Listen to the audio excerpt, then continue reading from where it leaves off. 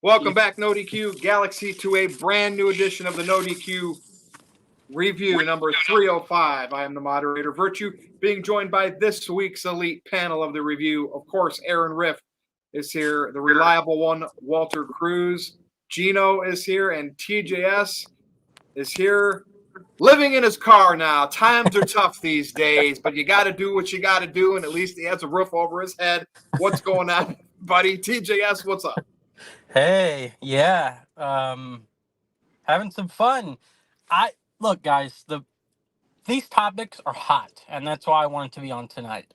No matter if I'm having to do it from my car or not, these are some good topics. I'm ready to get into it.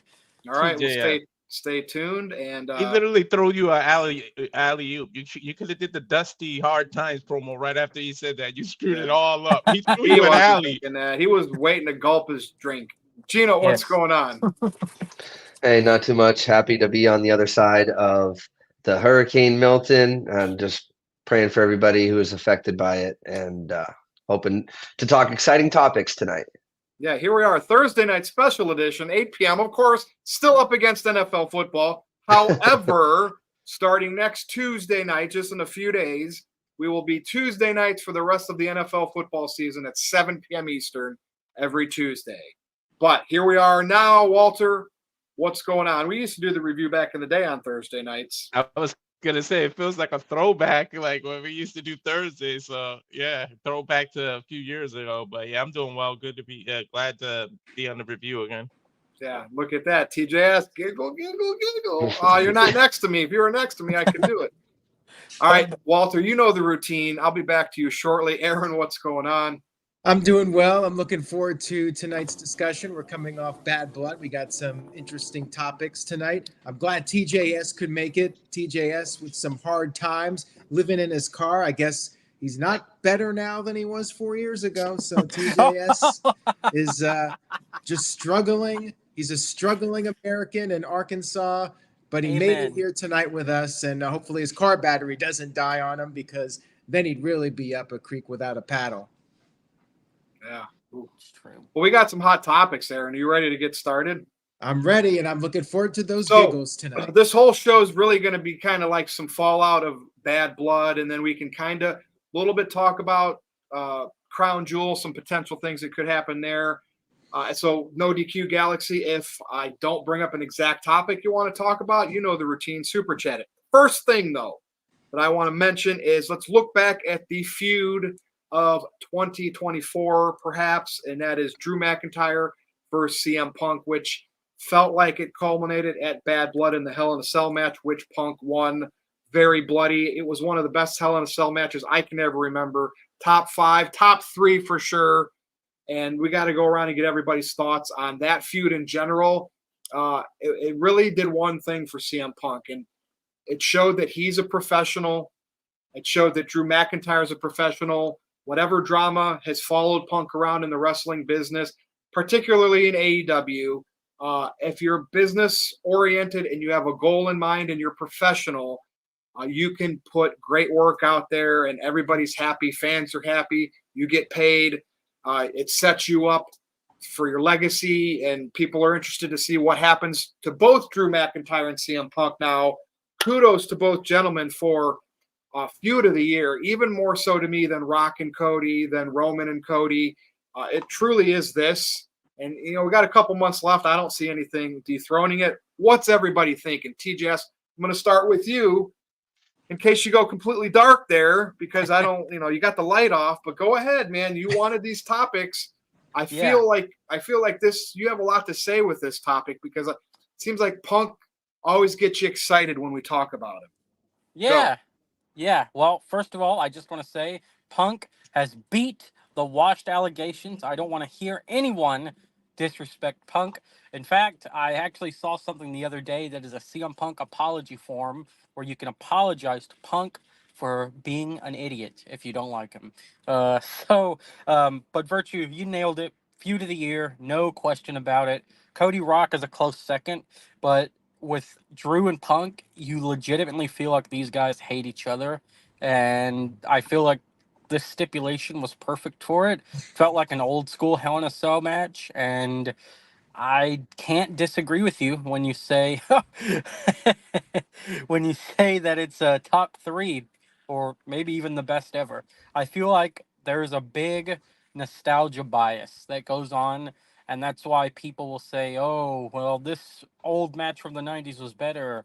I did not grow up with that, so I don't have that nostalgia bias, and I can tell you that this match, it better get 5 stars from that journalist. It won't. Yeah. Four and 4 three and quarters. 3/4. First of all, that doesn't matter, right? I mean, that absolutely does not matter what he says about it. It definitely is one of the all-time great Hell in a Cell cage matches in general and culmination of any feud. And man, Yeah, kudos to Punk coming back from the injury. Is he brittle? Is he too old to do this? Is he not? Is his heart not in the business? Is he a cancer? Man, did he shut all of them up this year with everything he did, even going back to the Royal Rumble where he got hurt. It really told a great story for 10 months.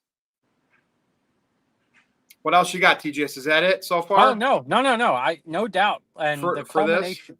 No. Like you said, it feels good to know that this was the blow off and not just a random match. They're not going to have another match after this. This is it. And that's all you can really ask for with this stipulation. And like I said, it feels like these guys truly hate each other. And I think it's safe to say that Punk is.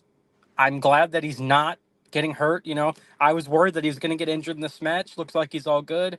He's just selling, which I think is the right thing to do. So Punk is my all-time favorite, and I'm glad to see that he's still kicking. And kudos to McIntyre too, because before this feud I didn't care much about Drew, but he's really picked it up. So feud of the year, no doubt. Match of the year, maybe. We'll see.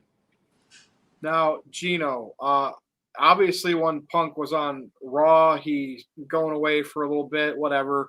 And they did the little tease with Seth Rollins passing him. And we're going to get that at some point. And that's just WWE knowing where their bread and butter and money is. Have at it here with McIntyre and Punk or whatever you'd like to branch off of these guys. Go ahead. The floor is yours. Thank you. Yeah, I would agree with TJS.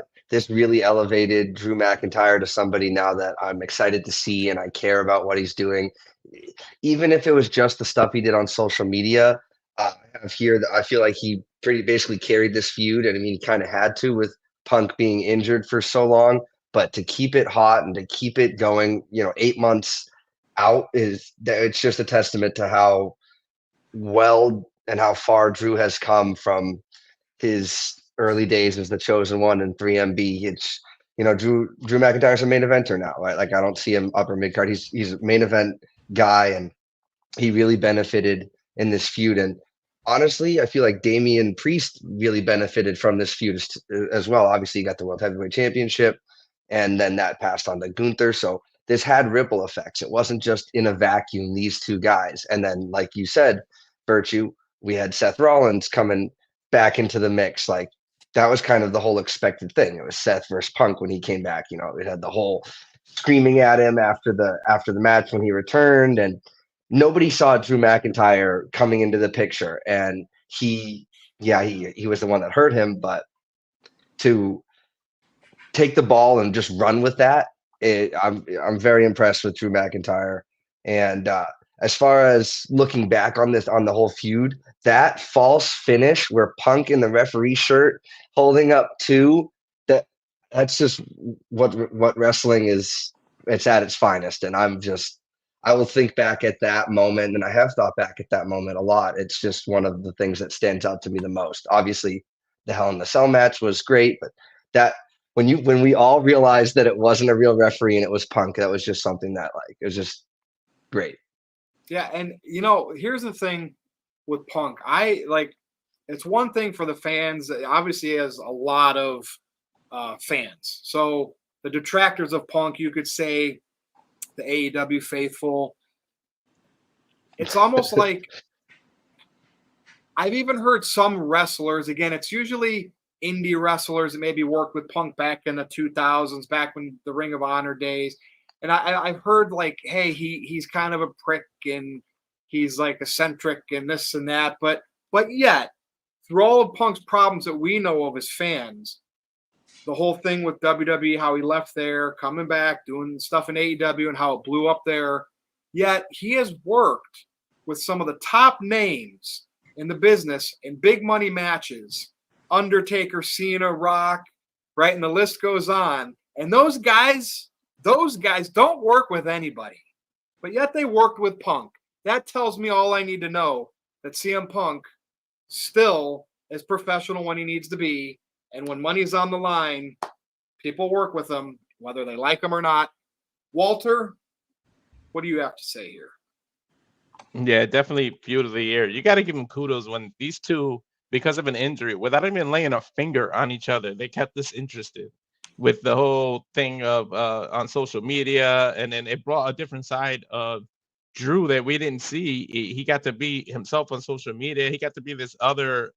We didn't know he had this in him. And it's like he gained some fans from it. So definitely it is the feud of the year. And what I like most is this is what the Hell in a Cell was built for. This is what it was made for, to actually close feuds. And then over the years, it got watered down. It became its own pay-per-view. And it's just Cell was like another stipulation, like pun intended, but like a NoDQ match, like a regular whatever throwaway match. And we've seen horrible Hell in a Cells over. And I feel like this put the Hell in a Cell stipulation back to prominence, to where it should be. And this is the whole reason that it was invented, and you only need one type of match, and it doesn't have to be a PLE.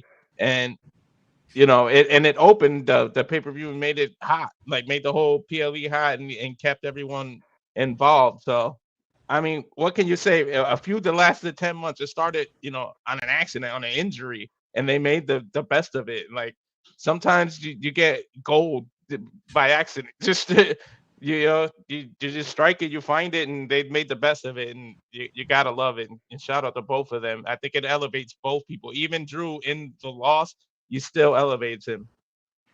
Yeah, and hey, we get to see what happens next, and obviously, Punk will be back, and we still got the Rollins feud, probably a WrestleMania feud. We'll see to anticipate with him, and that's what wrestling's supposed to be about: is everybody coming out of a feud. You like them both, and you go and follow what they both go do separately after this. Go ahead, Aaron, and I saw some super chats come in. Stecco Jet Black is back. We will get to his super chats in just a few moments, but real quick, I don't really think there's too much to add to what you guys already said. I think it's a serious contender for Feud of the Year. It will probably win the NoDQ.com year-end award for Feud of the Year. Hell in a Cell match, possibly match of the year. I definitely think it was one of the best Hell in a Cell matches in a very long time. CM Punk proved his doubters wrong. He went out there, him and Drew McIntyre, put on a great performance. Classic Hell in a Cell grudge match. Really brought back the prominence of Hell in a Cell, like Walter said earlier. Now CM Punk can potentially challenge for the world title. We've had the teases with Seth Rollins, so we know that's coming up soon. We got that to look forward to. We'll see what happens with Drew McIntyre when he returns. But yeah, I was very satisfied with the feud, and definitely one of the more memorable ones in recent memory. TJS? Real quick, I just wanted to say, Virtue, you brought this up, how Punk is professional. Rumble was his first televised match back in a decade, and McIntyre didn't intentionally hurt him. Yeah. But, if Punk wanted to, he could say, I'm not working with him, he's unsafe, blah, blah, blah. If Punk was really the unprofessional that the people They made say money he out is, of the situation. exactly. He said, I'll work with him, and we're going to make a lot of money. They're selling those bracelets on WWE Shop. I bet they've sold a ton of them. Think how tacky that is, but yet, I'm sure casuals were probably like whatever, but the fact that it was something so tacky with a gumball bracelet, and yet it escalated and advanced their story. And of course, the whole bag of pieces of multiple bracelets got dumped in. Nice little touch. Yeah. Gino? Yeah, I just wanted to touch on something that Virtue brought up earlier with Punk, working with all the top guys and his professionalism. I know I said it on one of the earlier videos, but him working with the NXT talent, not even being on camera until very recently, that was a big, to me, I was like, yeah, no, he's definitely swallowed his pride or whatever you want to say about it, and he's trying to give back and he's trying to do right by some of the things he wish he did better. So that was a huge professionalism move in my book. Thank you for that, Gino. And I will get to the super chats. So you guys be ready to answer these. I guess we can go through them in rapid fire, but maybe you can have a few ideas in your mind as I read off the super chats. First one from Psycho Jet Black. TJS is there in the dark trying to save his battery as much as he can. All right, Psycho Jet Black says, what are the best and worst cars you've ever owned? Well, I've only had basically Toyota Corollas and Honda Civics, so I'll say Corolla. Virtue? Best, and I still have it, a 1993 Mustang Cobra hatchback, red. And worst, I don't know. I liked all my cars. Even my first car, when I first started driving, was like 10 or 12 years old, handed me down from my parents, a Pontiac 6000 LE. All right, Walter? My worst is a 1990 Chevy Corsica. And I beat that thing to the ground. That was a hand-me-down from a grandmother on the other side. Like, she's not my grandmother, but I called her my grandmother because she's my cousin's grandma from the other side. But that, and I think the best is probably the Honda I own now because it's been lasting so long. Honda's a good car, and anything with the stick shift that I driven, because most of my cars are stick shift. So any of those. All right, TJS. Well, my Corvette is in the shop right now, but no. My Corvette. Your tractor trailer, Mr. Arkansas. No, okay. So I've only owned one car, and I'm still in it. My first car, got it when I was last like after tonight. Yeah, maybe. It's his home now too, so it is. Yeah, better really like it. Yeah. When I was 21, I bought this car. It's a 2007 Ford Taurus, and we're getting close to 300,000 miles on it, but it's kicking. I get it fixed every time anything is wrong with it, and TGS, how many miles do you think my 93 Cobra has on it? 93 Cobra? God, probably like 250,000. 27,000 miles. It is mint condition. Yep. That's insane. Well, I'll trade you if you want. Nope. Hey, Gino. Yeah, my worst car was a 2004 Ford Explorer that we called the Ford Exploder, and my best car is Honda 2018 Accord. Honda just makes a reliable vehicle, so I'm looking forward to having that for a long time. Very true. All right, now Psycho Jet Black says, who has the best and worst beards in wrestling? I'll start. Best beard, probably Eric Rowan or Luke Harper, Bray Wyatt. The Wyatt family always rocked some cool beards. Braun Strowman. Worst beard, have to say Randy Orton. Like, he could never really fully grow that beard. Like, he had it, it kind of looked awkward. It's not about length for me, Aaron. So the best beard, hands down, Roman Reigns. And I know he probably dyes it. Sometimes he lets the grace come in, but it's just the jawline. Like, it's just perfect on his Samoan face. Man crush. There you go. All right, Walter, best and worst beards. The best, you know what? I mean, this isn't his name in WWE, but Brian Pillman Jr. right now, his beard is like awesome. The way they do it, because it's just like your face, he doesn't give a damn. The worst, hey, I agree with you with Randy. He just can't grow it. It's like weird patches. Patchy, yeah. Kind of like how it works for me too. But TJS, what do you think? The worst is Lexus King. Brian Pillman Jr., I think, is the worst. Best, yeah, I'm agreeing with the Wyatt family if we're just talking about like length. But I think Virtue's right about Reigns, because that beard that he grows looks so much better than the goatee, in my opinion. Like the goatee, he didn't look as tough. It looked like he was trying to be tough. But whatever he does now, man, and maybe he's just like, he looks different. When you get older, you look a little different. And also something's Daniel clicking. Bryan also. Oh yeah, Brian's a good one. In history, you got to give a shout out to Jim the Anvil Nighthawk, because it was just part of his whole I don't know who a bad angle. beard would be. Like, I don't even know. Yeah, I agree. I think Lexus King has the worst beard, and I would say Triple H, when he's rocking like that God of War style beard, I think is a really, really good beard. Yeah. All right, Good answers. All right. Psycho Jet Black sent in $2. What was the worst of these Hell in a Cell matches? Ryback and CM Punk, Fiend and Seth Rollins, or Braun Strowman and Roman Reigns? I don't even remember the Roman one. I'm going to say Fiend and Rollins was the worst one. EJS? I don't know. Roman had one with Bray Wyatt. That was fantastic. Yeah, that was a good one. I'm agreeing with Aaron, though. Rollins versus Fiend. That might have been like one of the worst wrestling matches ever because of the finish. Just and awful. The lighting and everything. Yeah, awful. Walter? I'm in agreement with you guys because, like, basically, how do you do a DQ in a Hell in a Cell? That's basically what they did. That was awful. Gino, you agree with that? I do agree with that, but the finish to Ryback Punk was legendarily bad in my mind too. With what was it, Brad Maddox or whatever? Oh so, yeah, yeah. So I mean, pretty much killed off any chance Ryback had of becoming a top guy. But anyways, we're caught up, Virtue. We're ready for the next topic. Next topic. So we're not going to talk about what happened after the main event at Bad Blood yet. Stay tuned, but we'll talk about what happened backstage after the show, and that was they showed a little clip of on social media, wherever it showed up, of Kevin Owens confronting Cody right by his bus over something and then beating him up, attacking it, setting up a feud, maybe turning heel, whatever you want to say. We'll see what happens on SmackDown tomorrow night. But, like, let's be honest. We're going to talk about The Rock a little bit. Rock's future, the Roman stuff, like, they're not going to do any of that anytime soon because that's going to be heading into the new year, WrestleMania season. So Cody needs filler. Cody Rhodes needs filler.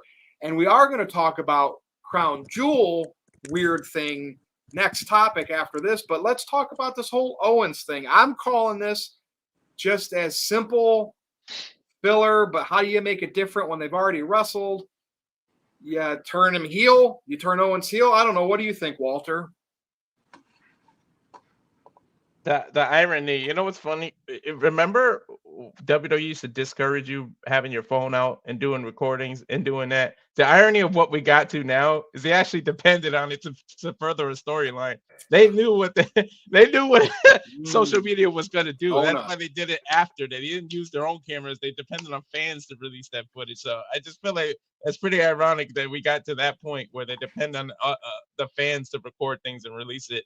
And we all saw it coming from a mile away. But what the Rock say, a blind stuck in the basement Stevie Wonder could see this coming. We all saw the teases for weeks now. And it just makes sense. I always felt like kind of like how Orton is. Owens was always made a better heel than me. I mean, yeah, he has that face run, but I mean, as long as he doesn't rival the Miz and Big Show with that the heel and face turns, like keep him one way or the other for a while. I feel like they do that. He at least stays one way for at least 4 or 5 years before he turns again. It's not like every 6 months like Miz or Big Show. But yeah, we all saw it coming, and like you just said, it's pretty much a filler, and that's the only thing you could do different is turn one of them heel. But we're all waiting for the day that I want to see how you call him the Mark's turn when Cody turns heel, because I feel like eventually that's going to have to happen. That's what I'm waiting for. Well, what I find interesting, Walter, is like I like how they did some things at Bad Blood. Like they had that little spot with Goldberg's son, and Gunther. People talking about that. Aaron pointed out that video had more views on YouTube than The Rock's part. What happened at the end of the show, which will be our main event tonight? The Rock showed up. What did they do? They did that little clip with Kevin Owens. Like they had a lot of things for people to talk about, for wrestling fans to talk about on social media for the hours leading after that show, keeping it fresh in everybody's mind through the rest of the weekend. TJS, did you have something?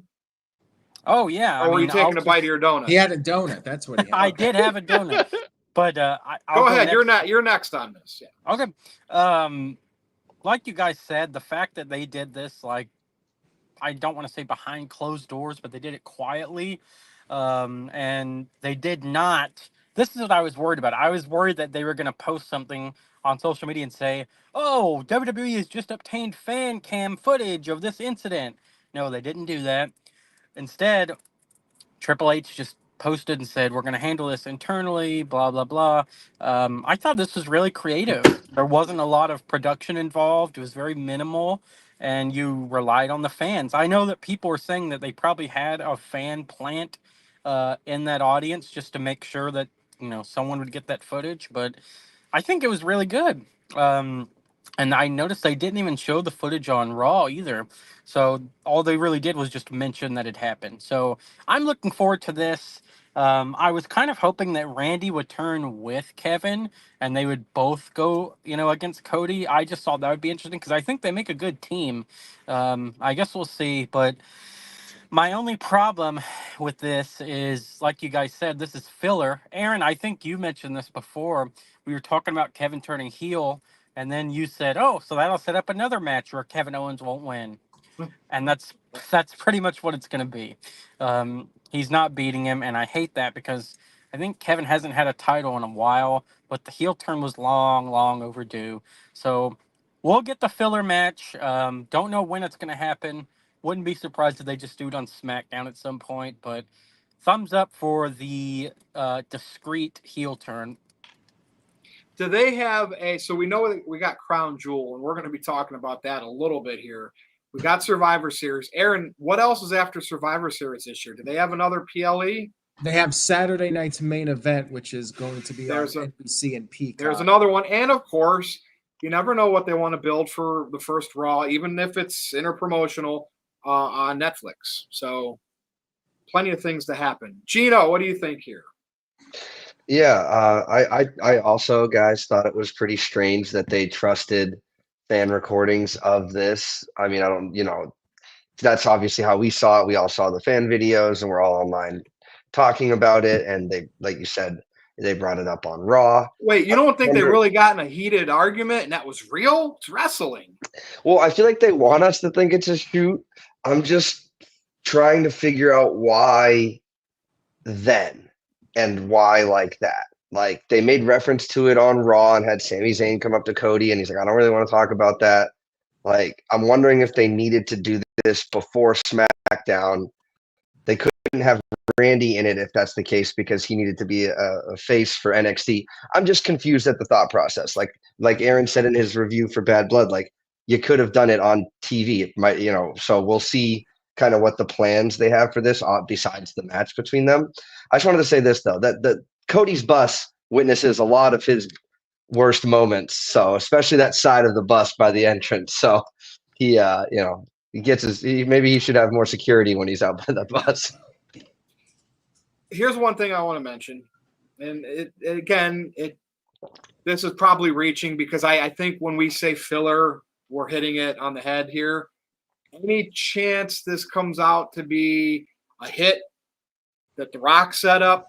I mean, I know it's Kevin Owens, not the Bloodline, but that would make it too obvious. And they don't want to have The Rock be revealed as the leader of the Bad Bloodline yet. So let's use Kevin Owens as that punk. A couple people go TGS. Yeah, so I would say that would make sense, especially kind of if you were going to do Sami Zayn on the other side, on the good bloodline. You could have Kevin Owens on the bad bloodline side to kind of even that out when you get to the, whatever Survivor Series type match you're going to do.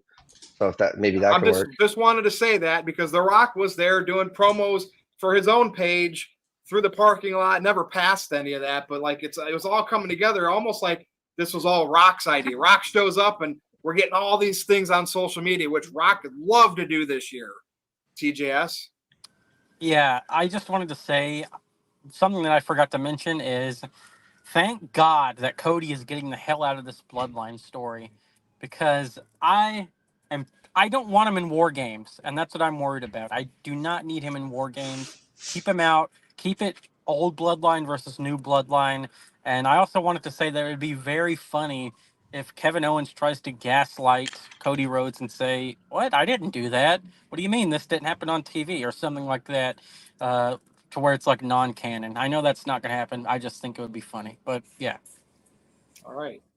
Aaron, your turn. I thought I heard Scott Steiner looking somewhere nearby. Could be. That'd be funny if a cop pulled up. What are you doing here? Yeah. Roll your window. License and registration. And then you're like, and then you just drive off. That'll get views. Yeah. Car chase, and then you get shot down. And that's the end of TJS. But anyways, I thought it was a nice change of pace. It was a unique angle to not have any WWE cameras, but instead rely on the fans. And they might have had a plant or two out there to make sure everything got captured appropriately. we'll see what the follow-up is. But yeah, it's basically a filler storyline. Kevin Owens might even interfere at Crown Jewel and cost Cody Rhodes the Crown Jewel championship against Gunther. And then that can set up Cody Rhodes versus Kevin Owens at Survivor Series, or maybe they hold off until Saturday night's main event. Maybe they go as far as the Royal Rumble. There's all the talk about Kevin Owens and his contract expiring. So maybe this is just one last feud for him before he heads over to AEW. But we'll see if that ends up becoming a reality or not, or if he just signs a new contract. He can definitely play either role. He flip-flops a lot. And I think the heel turn was overdue. And I think that it was definitely something that was an obvious direction after he lost to Cody at the Bash in Berlin pay-per-view. I'm fine with it. It's a nice little filler thing. But yeah, I'm ready for Rock versus Cody whenever they do that, whether it's the first Raw on Netflix or they save it for the Royal Rumble or they save it for WrestleMania. But I'm ready for Rock versus Cody. All right. Are we ready to move on? Let's do it. All right. So this topic, for some reason, they want to do, this is flashback of Survivor Series when they used to have the champion versus champion, but neither title is on the line. So at Crown Jewel, it's going to be champion versus champion. And I think they're doing this for the men's and the women's. However, the winner of the match will win this Crown Jewel championship. Oh, just like the 40-man, 50-man greatest Royal Rumble ever. There you go, Braun Strowman. He won that, right? Braun Strowman win that? Does anybody still talk about it?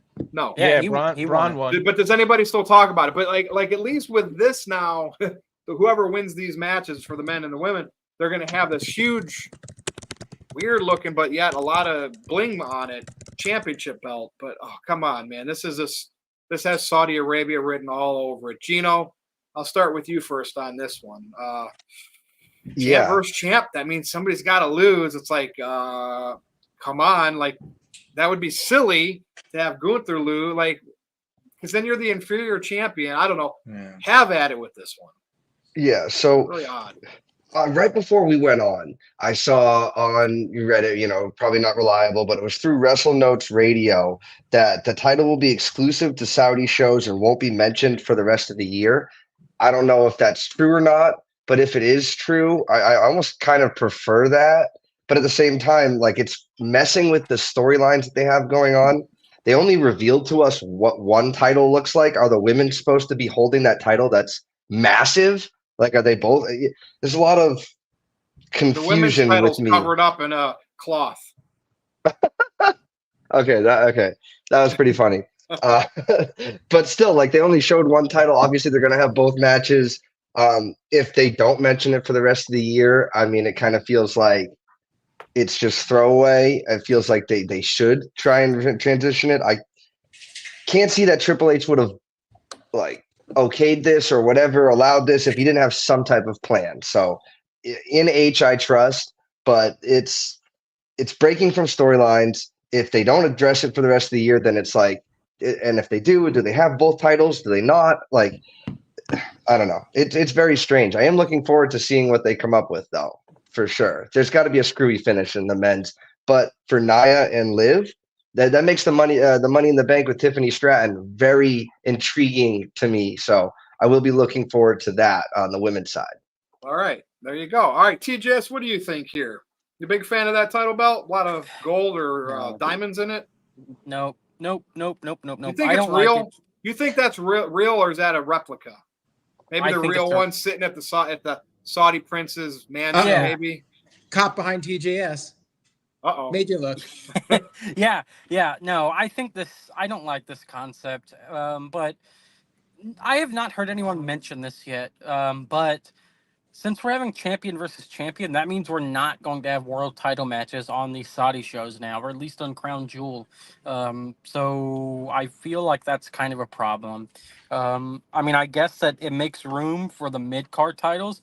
Maybe we'll finally get a tag title match on a PLE. But I feel like that is kind of, shooting your... I shouldn't say that. I was going to say shooting yourself in the foot by booking this match. Like you guys said, can either champion afford to lose? No. But if they're going to lose, it might as well be to the other champion. I don't know. I Liv versus Nia doesn't feel like much of a dream match or money match. Gunther versus Cody, that's going to be great, but I mean, I don't know. I'd rather there be a world title match. Do you guys understand what I mean by that? Like, I feel like there's no real stakes here. This is like a paperweight. They want to make the Saudis happy because they pay them a lot of money to be over there, and this is making them happy, right? Yeah, well, they probably could dictate who wins. Because if it is a throwaway match and both champions still are champions, Saudi, they could be like, we want Cody to win this over here. Mm-hmm. And that way they get what they want. Yeah, and I also wish that they didn't like hype this up as like, this is going to be a historic announcement. It feels like the Tony Khan major announcement at this point. Yeah. Like, it was probably still bigger than any Tony Khan announcement. Well, yeah, that's true. But that ain't saying much. Yeah, thumbs down for me on this. Okay. All right, Walter, over to you.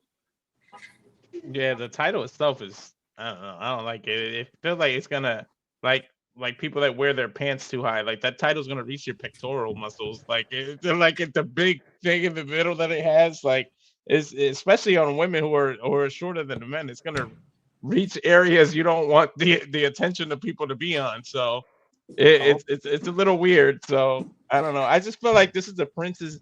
The Prince wanted them to make up the fact that they didn't do the King of the Ring in Saudi like they promised originally. Remember, they were going to do the King of the Ring, and then they changed it to something else, to one of the crown jewels. So it's like this is their version of the King of the Ring without saying it, because they just had it. Pretty much is what it is. But I don't get the concept. But I mean, we'll see what they pull out. I guess the result, the story after the matches is probably what's going to be more important than the matches itself. Yeah. I mean, I don't know who to call in these ones, but I could definitely see Nia Jax winning it on the female end of it there. I don't know. It just seems like something right up her alley. All right, Aaron, over to you on this one.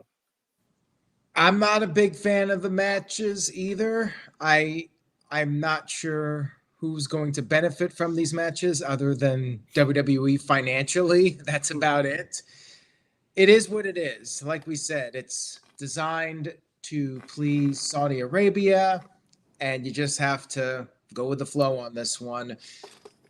Triple H might only have so much stroke when it comes to booking these types of matches. You know, it might be a Nick Khan thing, might be Endeavor. They're like, well, you guys got to do something to make Saudi Arabia happy, and this is what they came up with. You know, the title. It's basically like Braun Strowman's Greatest Royal Rumble title. You know, they'll defend it once a year. And, you know, the champion versus champion idea, I think, could work with the right timing. But like I said on the recap for Bad Blood, I don't think right now is the right timing for either Cody or Gunther to be losing. Nia Jax and who's the champion? Liv Morgan. Yeah, I forget because she's had so few defenses at this point. But, you know, that match doesn't really matter. That can go either way. So, yeah, I'm not really feeling it, but we're just going to go with the flow on this one. Maybe Tiffany Stratton does a cash-in. Now, we do have a couple of super chats from Psycho Jet Black. So here we go. TJS, this is for you. Will you shout out NoDQ if you end up on Cops? Of course, yeah. And if I get to jail, my one phone call is to call into the show and see what's going on. All right. That's some dedication right there. Absolutely. But are you even familiar with Cops? I mean, I think it was airing before you were even born. Yeah, I watch Cops like every day, man. Like I do. I like it. It's fun, but unfortunately, people don't respect law enforcement anymore. So Now, which lyrics do you like better? The lyrics to the original Cop song or the Wendy's commercial where he says, "Bag boys"? Oh my God! What you gonna do when we bring your food? That commercial is so funny. Oh my God! Are you a big Wendy's, Mark? Dude, I just had Wendy's last night. I like it. The Krabby Patty. And then I went to the 1 to 10. How is it? It's like a 7. I mean, it's all right. But I went to the gym and burnt it all off, so don't worry. Okay. Oh, very nice. All right. And Psycho Jet Black says, Gino, who are your favorite Italian wrestlers? Okay, so that's a great question. So I had to just double check real quick. So John Cena is of Italian descent, and he's my favorite. He was my camp counselor when I was a kid, so he'll always be my favorite. And Kurt Angle of Italian descent. Did not know either of them were of Italian descent. My two that I was going to say without looking it up, and I'm glad I didn't because they're not Italian, are Enzo and Santino Marella. Turns out neither of them are of Italian descent. So, What about Big Vito? I'm embarrassed to say I'm not familiar with Big Vito. Oh no! He's associated with the channel too. Oh, that's It's on okay. me. It's been a while. Yeah, it's been a minute. Sorry, no hard feelings. Yeah, Santino's Canadian. Yeah. Crazy. Well, you could always go with the easy answer. Was Bruno John Cena Sammartino. seriously your camp counselor? He was. Yeah, I'm from Did West you Newbury, ever- Massachusetts. Did you ever see him? Yeah. How? Or did you That drown in the lake? was before like he turned invisible. Oh, gotcha. He had to go to wrestling training for that. I want to know how to learn that move. Yeah. Nice. All right, guys, we're caught up. Thank Main you, event. Psycho Jet Black, for some entertaining super chats. I'm sure we'll get a couple. We'll get a couple more. Okay. So The Rock showed up and went like this. And look, I just needed a little thing like this to happen. I was telling everybody on the show, hey, I'd be happy with it at Survivor Series. If it didn't happen there, the first Raw on Netflix. If it didn't happen there, something around the Royal Rumble. We got an appearance from him in October. And it was obviously, you could say, oh, he was out there telling Roman to count your days.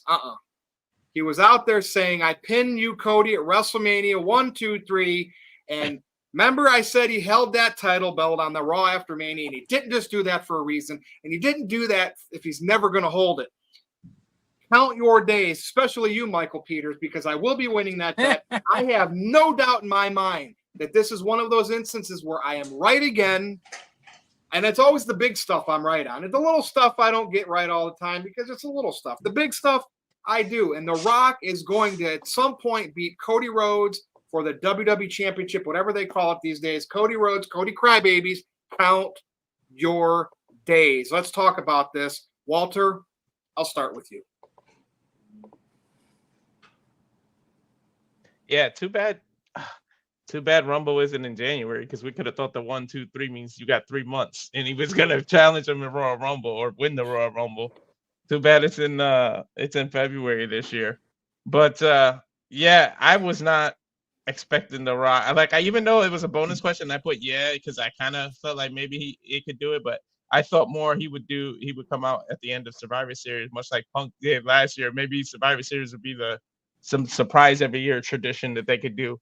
But because he has a history, he debuted at Survivor Series, so that would have been awesome. The only thing, they should have milked it because there was rumors of Hikuleo and all this. Like, I feel like they should have changed. The only complaint I got, they should change The Rock's Titantron or something, because the if you smell is automatically the face thing, and I know it gets the pop, but what I would have did is at the beginning had like a generic video game thing, and like somebody gets through a door and then the screen turns black and it just says like congratulations, and then you've reached, then you do the lightning and all the black thing, and then it just goes the final boss, and then you go into the heel version of his music right after. Like, that's what I would have did with his graphics and everything. Like, I just feel like from a creative standpoint that would have been awesome because nobody would have expected that to be The Rock. But as soon as if you smell, it kind of like automatically not ruins it, but it's like, but I understand what they did it, but like, I just feel like you should play with that final boss character more, because like that's heel, that's face Rock to me, the if you smell part. Like, even when he went Hollywood in 2004 or whatever, he just said it's cooking at the beginning, like it wasn't in. Then they did that whole helicopter, like it threw me off when he fought Goldberg. I was like, who the hell is that? When you saw the helicopter, I thought I went to a commercial for like another PLE or something that was gonna come out. So that's like the only thing I feel, but it's awesome what they did. He didn't even need The Rock, who's like one of the best talkers in history. Didn't even need to say jack. He just needed to come out and do the 1, 2, 3, and it got like the biggest pop ever. Like, it's hilarious how like it. I mean, let's really break this down, because we got Mo Camera in the chat who clearly could never work for a wrestling business, because he would look like Meltzer, like Tony Khan for the marks. The reason why this is good for WWE to have Rock on the board, to have him maybe be the one that takes that title from Cody is because whether you think he's the biggest superstar in the world or not, movie star, Netflix has like 150 million subscribers, more reach than any cable TV or even Fox TV because it's global. It's not just confined into the United States. And you have Rock with a lot of his movies, buddies with people at Netflix. This could get WWE a lot of more eyeballs coming up here, and they could pop streaming records, which that's the type of stuff they want. Even if the long-term value isn't there and it's just a transition, you call Dwayne a transitional champion and they're building Cody. Look, they gave the Cody marks what they wanted. He finished his story at WrestleMania. With that, you idiots need to learn there's a price that you're going to pay. And that's like when Kofi won Kofi Mania. What happened? He fell right into an F5. That's exactly what this whole thing with Cody. Cody, you got your way. Your fans are happy. You're going to fall into a rock bottom, people's elbow, whatever. Rock's going to have the gold. Roman winning the Rumble. The biggest story in WWE history will still be told. And you marks who didn't want it last year because you're all about Cody are going to cheer for it now because you've been manipulated. And you'll be satisfied enough that Cody did have his run and he dropped it to The Rock. So, Mo, you're an idiot. You would never work for WWE because you don't see the money. You think Cody's going to draw eyeballs from the 150 million or whatever amount of subscribers that Netflix has. Like, they want to break streaming records, okay? This is all going according to that timeline, and we still have Royal Rumble. Big things could happen there. What else do we... You mentioned Netflix. Netflix is what else do we have leading into WrestleMania? Elimination Chamber. Where is that? Where's Elimination Chamber this time? Do we know? No, it hasn't been confirmed. It hasn't been confirmed yet. No, it hasn't been announced yet. So you have all these big events, and I'm telling you, you don't think that people like The Rock, Roman Reigns were like a little bit upset that the fans were crying so much that they pivoted. Not to give you your way for Cody finishing a story. That's what they want you to think. They pivoted to make their story even bigger, and this is all how it happens. And at the end, it's not about beating Michael Peters in a bet because The Rock is the WWE champion one more time in his career. It's just me about looking at the business of it, what makes them the most money, knowing Rock is big friends with the TKO board and the Hollywood elite. That's just how it works. Who wants to go next? You went first, Walter. Gino, you go next. Okay, yeah. I want to know though, real quick, Virtue, just to tail off on your lecture there. There's no chance that he does, like if The Rock faces Cody, that he doesn't win the title in that match? No, like Roman comes and costs him. Listen. I don't like if Roman and Rock happen without a title. We've talked about that for a couple years now, and we're like, however it gets that match, we don't need a title on it. Put the title somewhere else. Remember when Roman had that long reign? But here is the problem, Gino. Mm-hmm. The whole tribal chief reign, Roman had the title. It turned into 2 titles. It became part of that tribal chief moniker. Cody beat that is a symbol. It's not the Ulafala. That's just that's the bracelet, like in the McIntyre Punk feud. You need that title for head of the table because Roman had it so long while he was ahead of the table. It makes that's what it's all about. The head of the table of the Samoan tribe of the WWE universe. It has to if they don't do that, it will be one of the biggest botches and caving into those diehard niche marks. The casuals want to see that. When they see Rock and Roman headlining Las Vegas, they want to see not Rock's little People's Champion title from Muhammad Ali's wife. They want to see the legit WWE main title as the marquee. That's the main event. It's all there. And WWE has to know that. And Rock knows that, and the board knows that. There's no Vince McMahon there calling the shots anymore, but this is going to be one of those. I might retire after this. If this I told you so happens, I could never have a better one in my life. I might just retire. So you can say I can count my days. Well, it is a pretty well thought out prediction for sure. So as far as The Rock showing up at the end of Bad Blood, what I remembered most was like him kind of doing like the throat cut thing, the 1, 2, 3. I didn't take that away from when I initially watched it. So it almost felt like he was going out there like directly motioning either to Reigns, like you're done for working with Cody, or he's mentioning it straight to Cody, like you're done, like and your days are numbered. 1, 2, 3, I beat you, like you said. Or he's mad at Solo and his version of the Bloodline, The Rock's version of the Bloodline, presumably that they didn't get the job done. So if they could, there's a lot of room to pivot there. I like that we don't have all the answers coming out of the event. I would have liked a little more than just his music hit and then he just like walks away to end the pay-per-view, but it still draws a lot of viewers and it still gets a lot of heat from the crowd when this music hits. Like Walter was saying, maybe it could be done a little different for the final boss, but that If You Smell is so iconic. I can see why they're trying to hold on to that as long as possible. All right. Thank you, Gino. TJS, you know what else I'm predicting? And this one, this is a little, I'm more confident The Rock's going to become the champion than this one, but I'm going to go ahead and say it. Roman Reigns is winning the Royal Rumble and rightfully getting the biggest pop maybe in Royal Rumble history, at least in recent memory, making up for 2015. WWE can get all of this how they exactly wanted, and the fans will play along. What do you think? Yeah. Where's the Rumble at next year? Indianapolis. Oh, okay. You going? It's not too far from you, isn't it?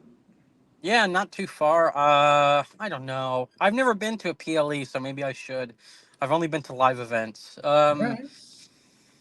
I do not want them to do the triple threat match, and I'm worried that they might be trying to do the triple threat match. I think if you're going to have The Rock, he needs to be in a singles match. That's the most high-profile match.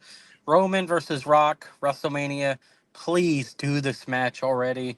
I've wanted this since they did Hollywood. I felt like that would have been ideal. And then I wanted it in Philadelphia this year, and it didn't happen. WWE, I am begging you, please just do Roman versus Rock. It would be probably the biggest WrestleMania match in history, like they said. And I want to mention that Cody won the title, and I feel like Cody's run has been a flop so far. No one's talking about Cody. Everyone's talking about Roman, the Bloodline, The Rock. No one's talking about Cody. Who came out last? Roman. Yeah, see? Dave LaGreca is talking about Cody, I'm sure still, but hey, somebody. Well, but I don't know. I don't know. As far as The Rock showing up at the end of the show, I feel like if he was not already in the area, he probably wouldn't have. They weren't going to fly him out just for that. So I feel like you guys said, this is pretty much The Rock showing up and saying, hey, don't forget, I'm still here. Don't forget, Cody, your ass is mine. And I feel like, he's still carrying around the People's Championship. And I've seen some people say, like, oh, why is he carrying around that stupid prop belt? That's more real. I mean, it's given from Muhammad Ali's wife. Yeah. But if Muhammad Ali was a big fan of The Rock, according to what his wife said, that's more real of an actual championship coronation than a fake WWE title in a scripted event. Yeah. And also, you have to remember, even if that is, like, if you do see that as like a paperweight, he's a heel. He's The Rock. He's going to carry that damn thing around all he wants. You know how they turn on that title and like it? Just make a replica ones to buy at the store, and then they'll all like it. They'll all say, this is a legit title now. Yeah. But to sum it up, don't do the triple threat match. Please don't do the triple threat match. That'd be lazy looking. Yeah, I'm worried about it, but I'm excited The Rock is back. When his music hit, I was like, oh wow. And I don't know if you guys saw his little Instagram promo that he cut afterward. He rambled in it, but it's still classic. It's still he all he really said was like, oh, there's a bunch of BS going on, blah blah blah blah blah blah. If you smell, but I don't know. I don't think we're seeing The Rock again until January. Yeah. All right, fair enough. Aaron, I think it's over to you. Yeah, I feel like TJS summed it up very nicely. The Rock coming back was probably done because he was in the area and he wanted to go out there and just remind people of what's to come, what we have in store for 2025. I would be shocked if he appears at Survivor Series. Maybe he does at the end, but my gut feeling is we'll see him in time for the Netflix debut. Now, there's all the talk about a potential triple threat WrestleMania main event, which to me is the weakest of the options. I'd rather see the night one, night two, Cody versus The Rock, and then The Rock versus Roman Reigns, or just have Cody drop it to The Rock. And I know some people are not going to like that, but I will. I know you will, and I would like it too. I'd like it. Cody sucks. To be the final boss, you have to have the thing that everybody, the Triforce, right, Aaron? Anyway.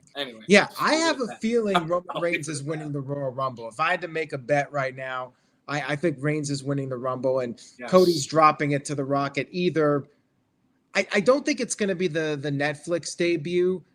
I feel like it's more likely to be the Royal Rumble. I don't see The Rock wrestling in an arena. I think if he's going to wrestle beyond WrestleMania, he's going to do the stadium. He's going to do Royal Rumble, and they're going to try to sell as many tickets. I'm fine with that. And sell out the place as close to a sellout as they can get.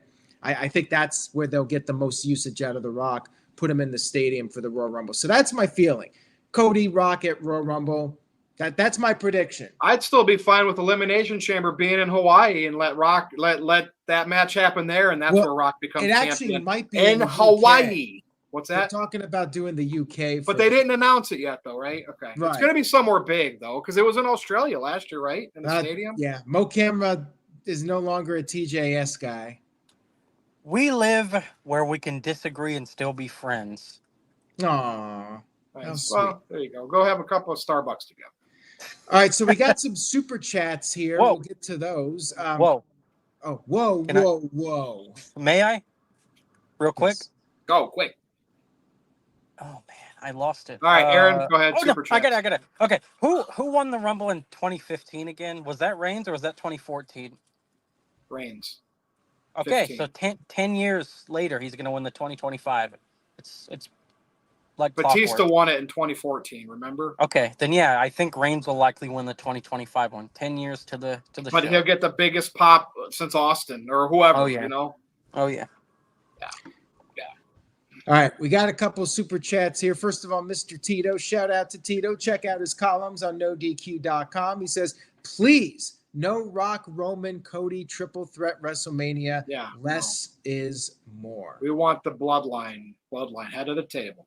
Yeah, the thing is they can't keep putting that off. A singles match is a lot stronger than a triple threat because the story is who's the real tribal chief. That's what we've been waiting for all this time. If you do a triple threat, that kind of takes away from it. You know, they gotta wrap up that story. And you know what? Cody's not going to be done. He might not have a main event at WrestleMania, but if Roman wins the title from The Rock, which I presume he does, then you can do that rubber match for SummerSlam, and that's another stadium show. Like if you book it this way, where it's Rock versus Cody at the Royal Rumble, you have that match to fill up the stadium. Then you got WrestleMania. Then for SummerSlam, in New Jersey, you can do the final Cody Roman match. Yes. The rubber match and sell the tickets with that. So that's when Cody could be a heel, right? Get the jealousy sets in. Ooh, there you go. That would be so awesome. WWE's got the right people in place to figure this out. I'm going to put my trust in them. The Vince McMahon won't screw it up. He's not there anymore.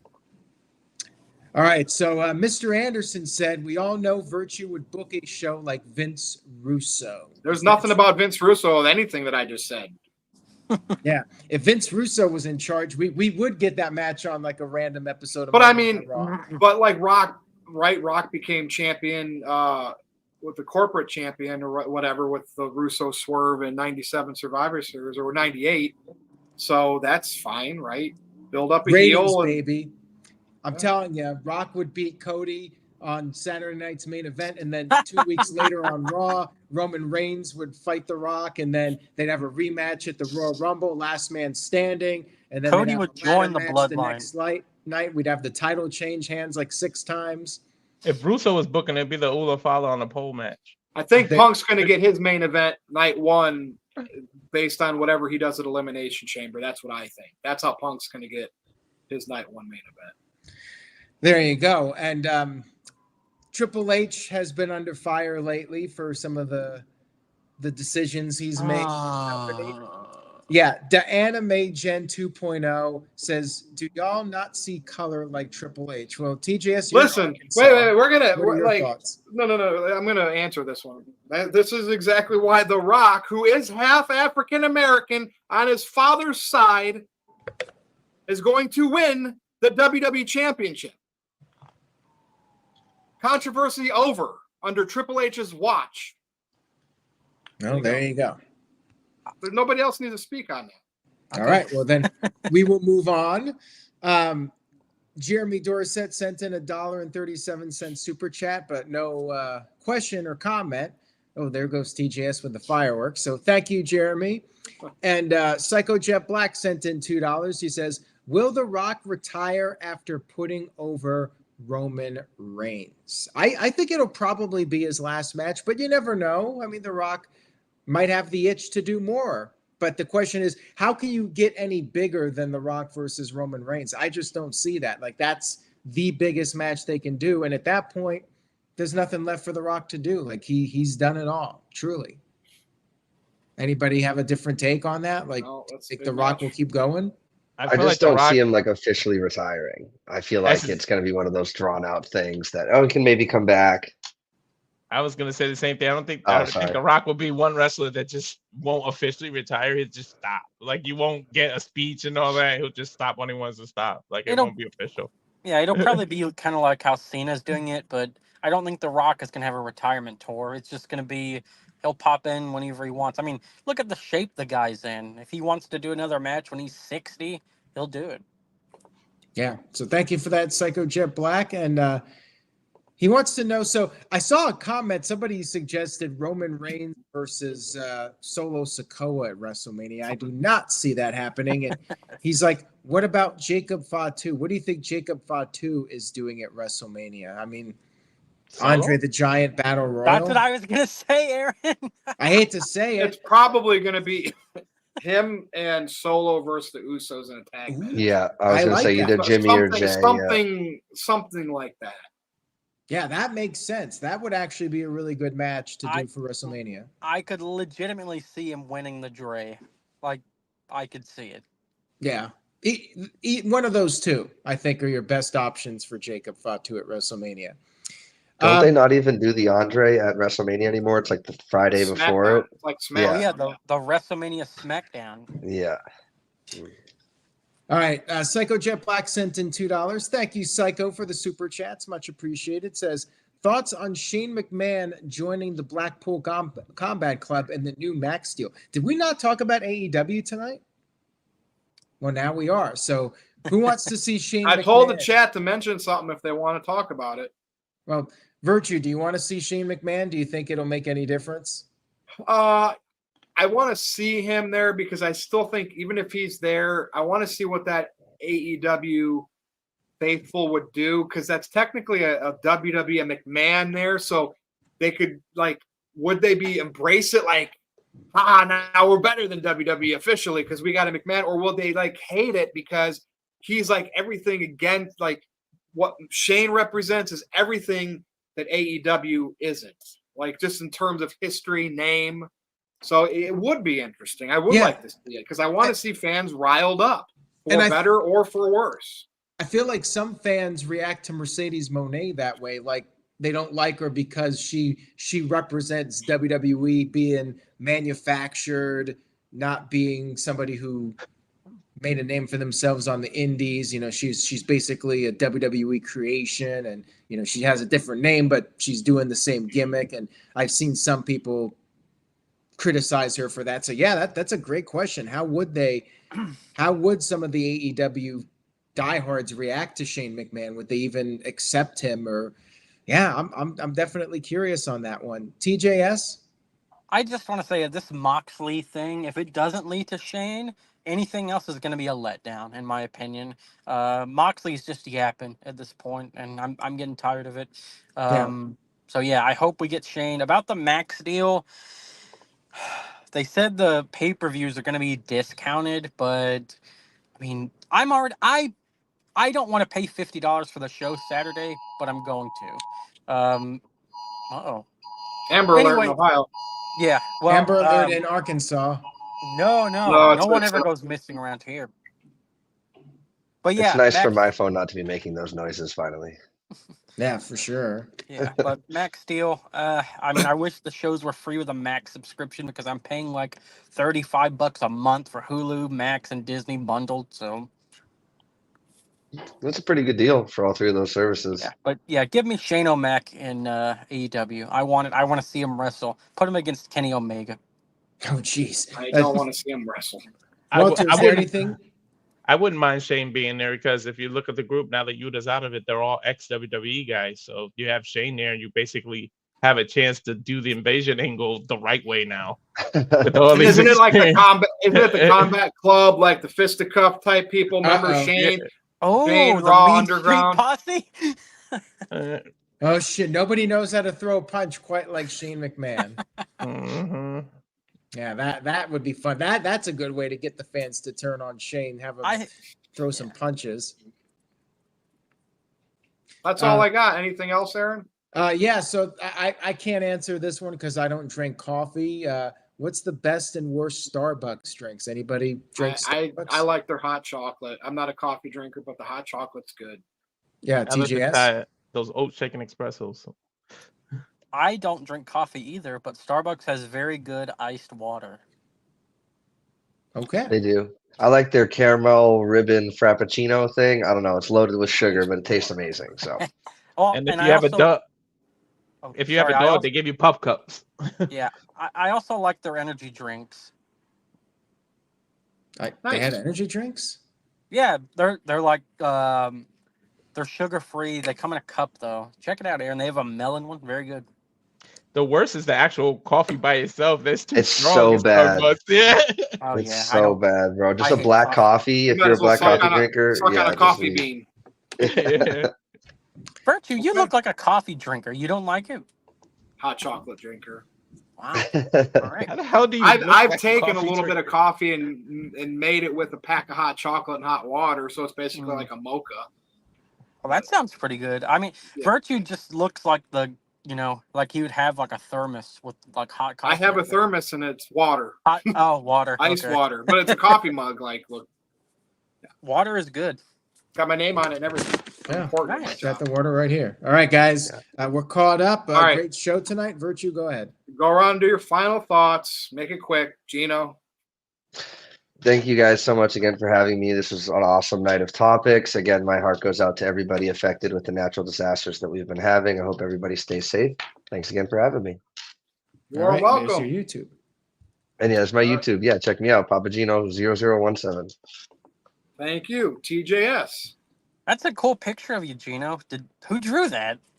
It's a Snapchat filter. Spoiler alert. Oh, nice, nice. All right, yeah.